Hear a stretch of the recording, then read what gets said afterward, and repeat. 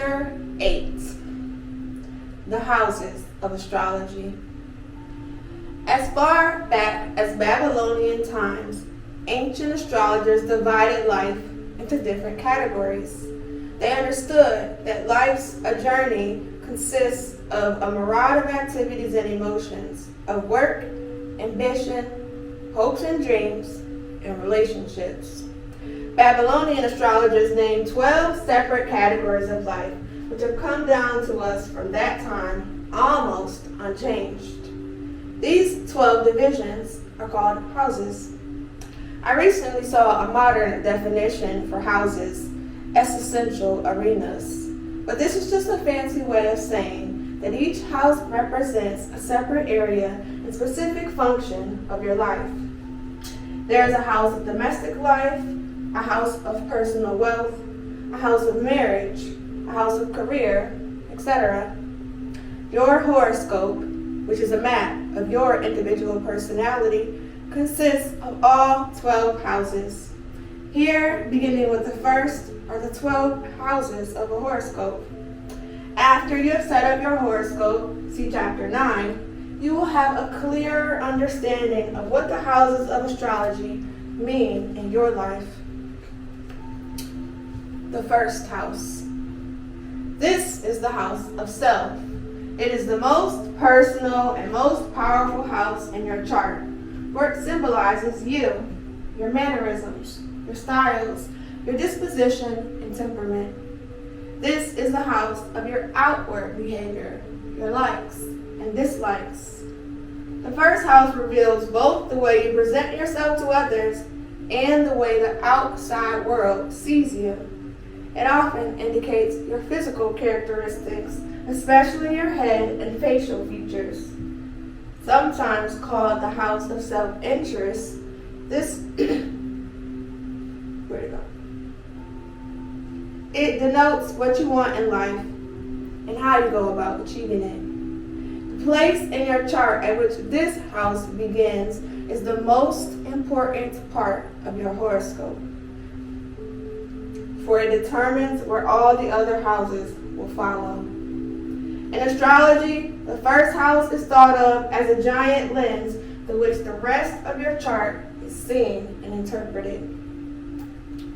The second house. This is the house of money and possessions.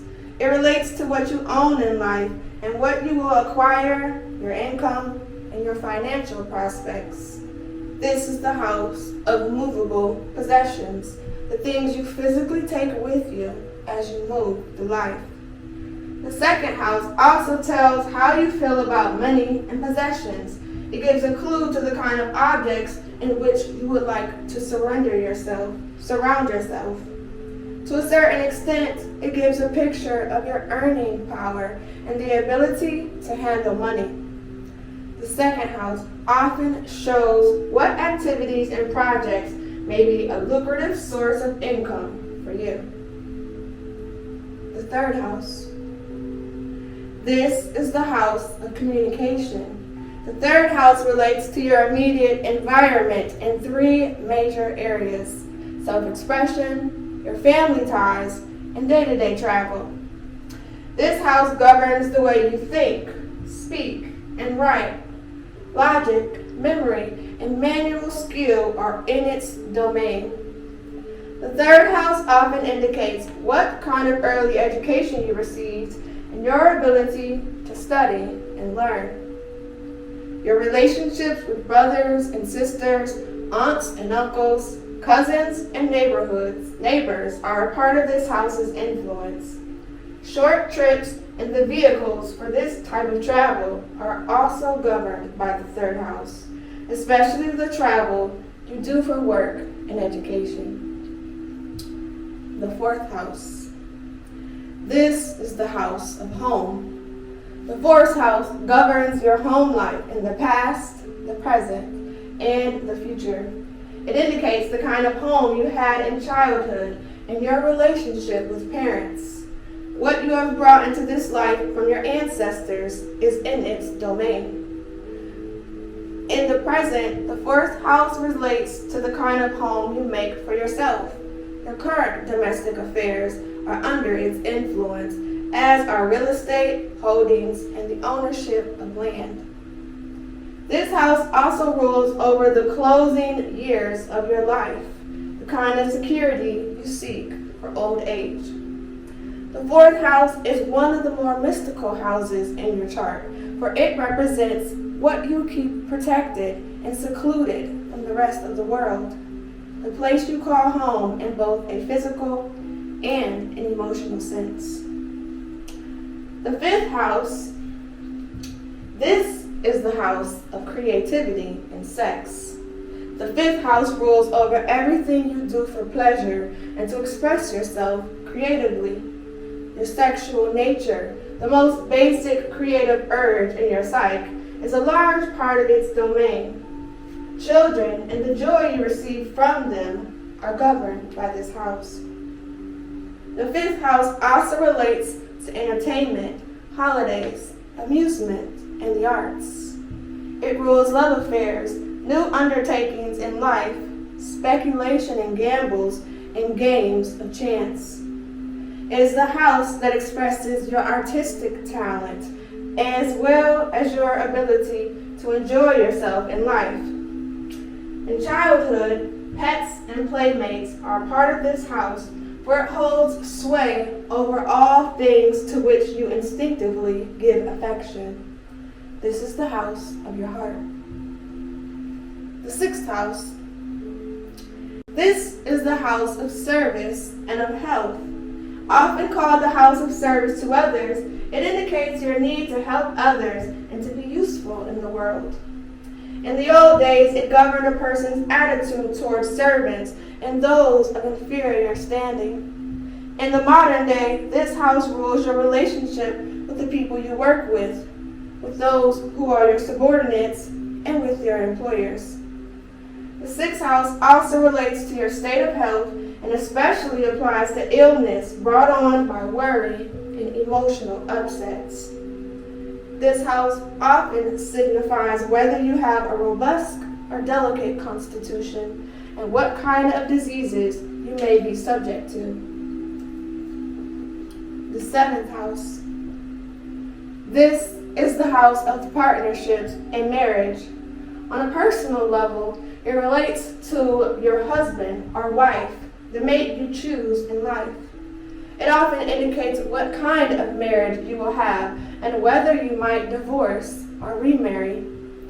This is your house of partnerships, not only in marriage, but also in work, be it business, legal affairs, and sometimes in politics.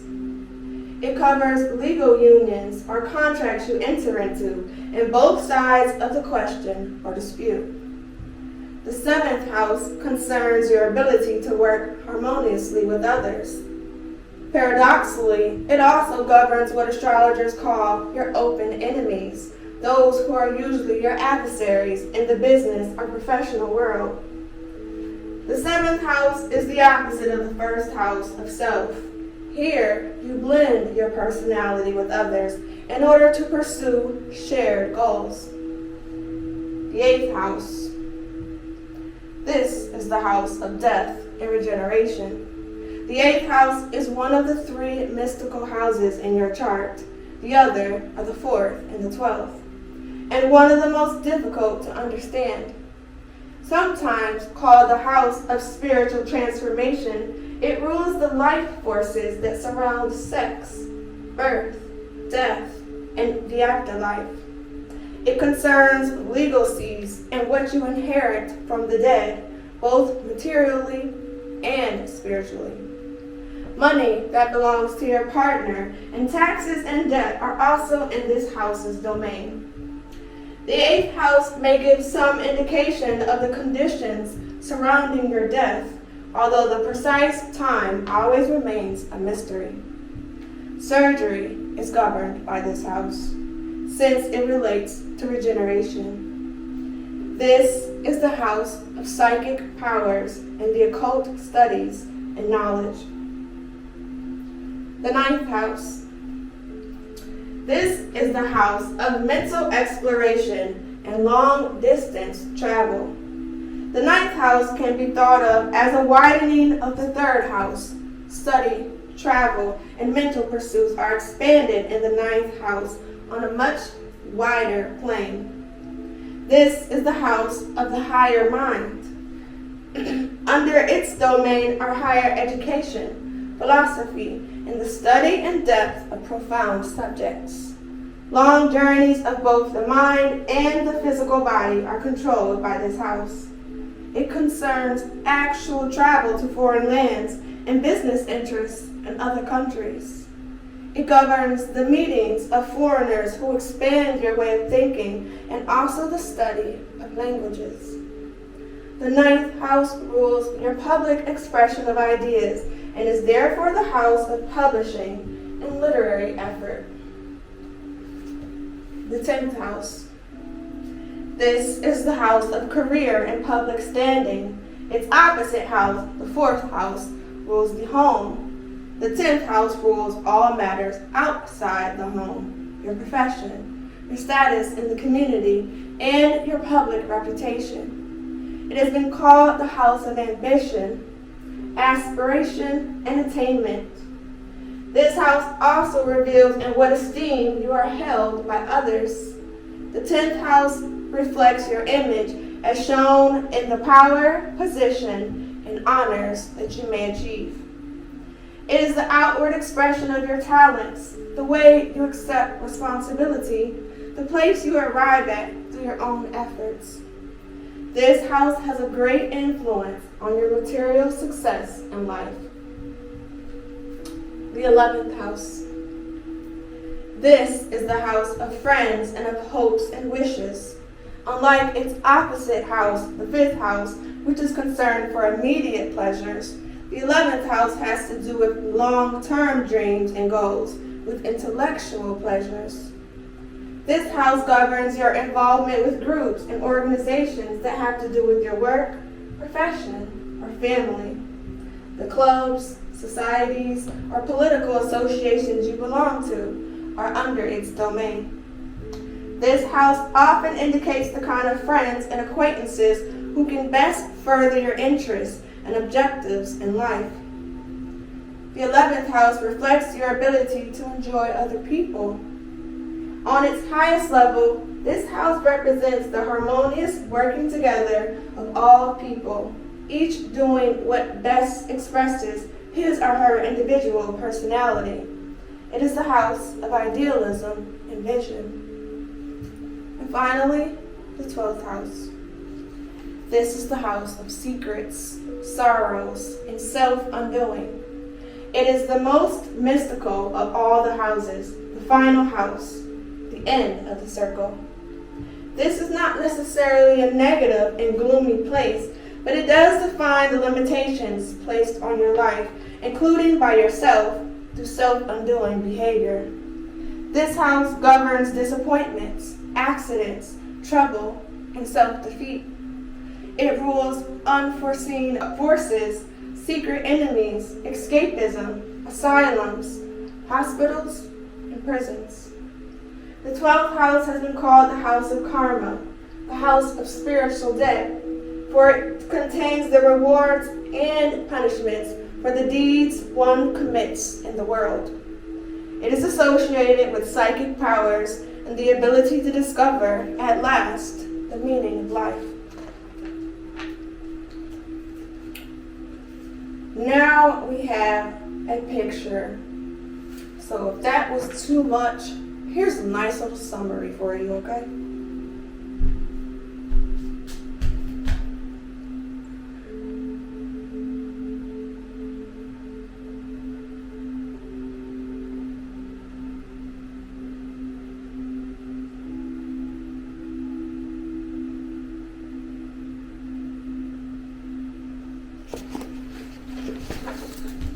Rulers of the houses.